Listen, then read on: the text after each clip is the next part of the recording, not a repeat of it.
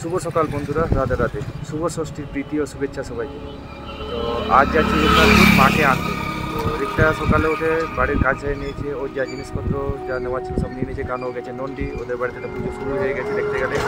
আর আমি যাচ্ছি মাকে আনতে। তো কাল রাত্রে গিয়েছিলাম দুর্গাপুর থেকে ফিরতে অনেকটাই দেরি হয়ে গেছিলো, সেই জন্য রাতে কিছু বোঝাতে কিছু বাড়াতে পারেনি। সেই জন্য সকালে তাড়াতাড়ি উঠে রাতেও কিছু রেডি করে রেখেছিল, তাও অতটা তো হয়নি, কারণ পুরো জিনিসটাও নদী নিয়ে গেছে।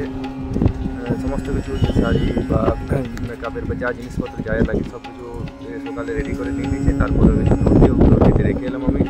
আর সকালে আমরা পুজো টুজো করে তো একটু দেরি হয়ে গেল। এখন মাকে আনতে যাচ্ছি। মাকে শুধু আনলেই হবে না, ওকে ঠাকুর দেখাতে হবে। তো আর আমি মা দুজনে একটু ঠাকুরও দেখে নেবো। তো কোথায় কোথায় আমরা ঠাকুর দেখছি আর কী ঠাকুর দেখছি সেগুলো দেখতে গেলে জানতে হবে, তোমাদের ভিডিওটা কন্টিনিউ করতে হবে।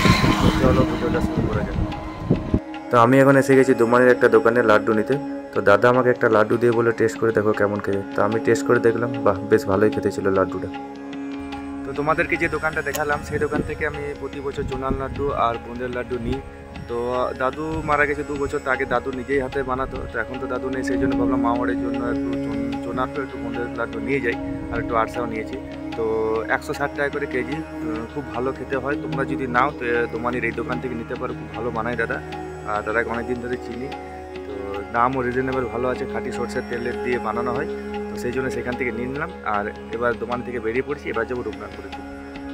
এখন ঘড়ির কাটায় প্রায় 1:30 বাজতে চললো, আর আমি এসে গেছি মা বাড়িতে। আর দিদার সাথে বসে একটু গল্প করছিলাম। দিদার যেহেতু পায়ে এরকম অসুবিধা হয়ে গেছে, সেই জন্য নাইটি পরে আছে। আগে তো কোনদিন নাইটি পরে নিতে, এখন পরেছে, সেই জন্য বলছে আমাকে বলে যে না বেশ ভালোই লাগছে। আর বলছিল যে আমার কতদিনে ঠিক হবে, তো না এবার ঠিক হয়ে যায়। মা লাড্ডু দিল আমাকে খাওয়ার জন্য, যে জল দিয়ে লাড্ডু খেয়ে নিন। আর আজ মেনুতে ছিল পনিরের তরকারি, ডাটার চচ্চড়ি আর একটা মিক্স ভেজ তরকারি। মা বাড়ি থেকে তো বেরিয়ে গেছি ঠাকুর দেখার জন্য। তো এখন এসেছি চিত্তরঞ্জনে, প্রথমে ঠাকুর কিছু দেখবো। তো এখন এসে গেছি দেশবন্ধু পার্কে। ঘুরে দিকে একবার। তো এই যে মাকে কেমন লাগছে তোমরা জানিও, চলো।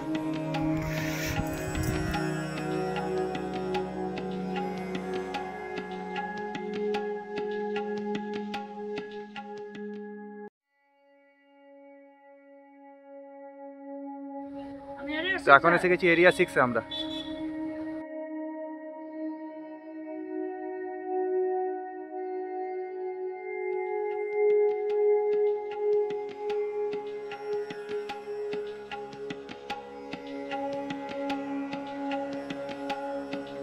এখন আমরা এসে গেছি চয়নপুরের রয়্যাল ক্লাবে, যেখানে করেছে মায়াকপুরের ইস্কন মন্দির। এবার আমরা এলাম 5 গেছিয়া স্যান্ডেলে, যেখানে করেছে কাশী বিশ্বনাথ মন্দিরের আদলের ঘাট।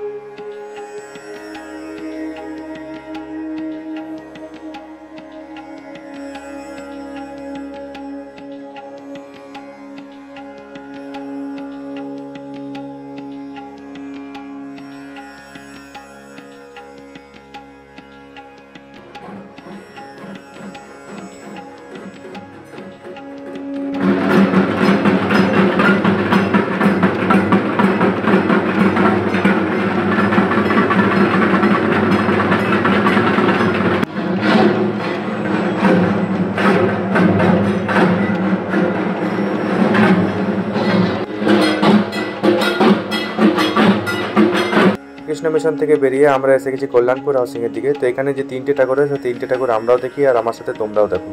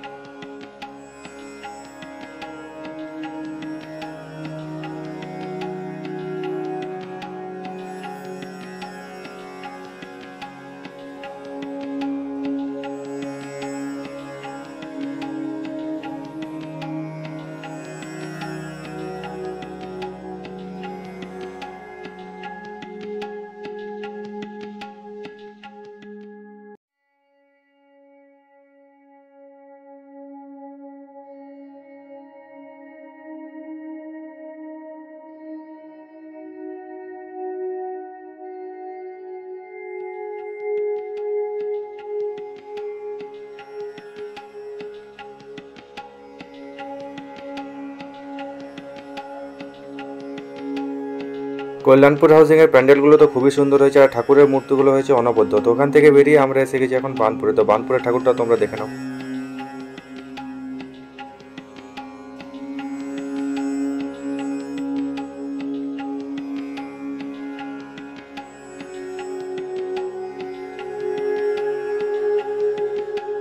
এখন আমরা এসে গেছি রাধানগরে।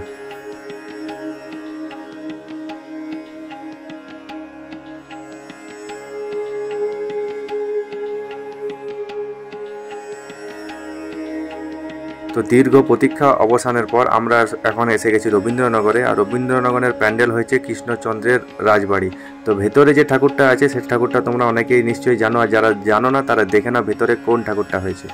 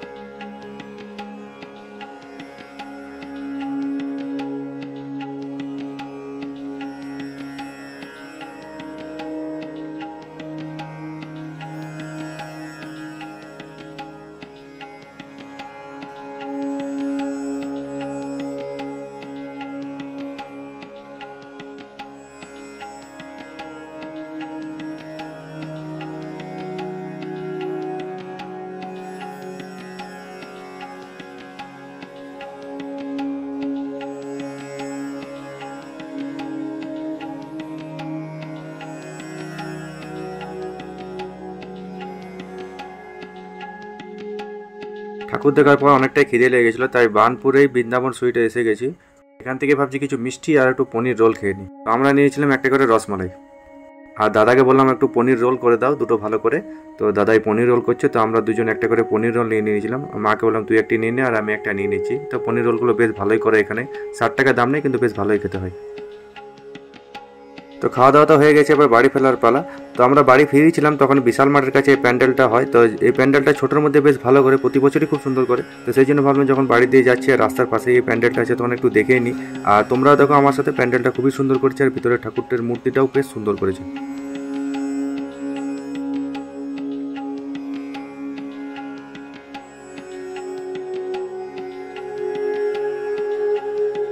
তো এখন ঘড়ির কাঁটায় বাজছে 9:30।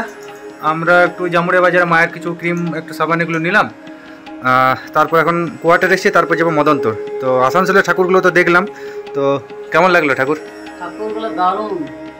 আমরা দেখে এসেছি চিত্তরঞ্জন, সব দেখার পর আসানসোল এসেছি। আসানসোলের ঠাকুর ভালো। সব থেকে ভালো ঠাকুর কোনটা লাগলো? সব থেকে কিউট মা দুর্গা যেটা বানিয়েছে সেটা ভালো লাগলো। যে কিউট মা দুর্গা, যেটা সবারই খুব পছন্দ। এবারে যে একদম মানে সেরা যেটা ছিল সেটা হচ্ছে কিউট দুর্গা, যেটা সব সত্যি খুবই সুন্দর হয়েছে। আর প্যান্ডেলটাও একদম দারুণ দারুণ অনবদ্য প্যান্ডেল করেছে। মনে হচ্ছে মা, তারপরে গণেশ, কার্তিককে মনে হচ্ছে চলে আসি বাড়িতে। এত ভালো লেগেছে না, দেখবেন আপনারা যাবেন সবাই, আপনাদেরও ভালো লাগবে।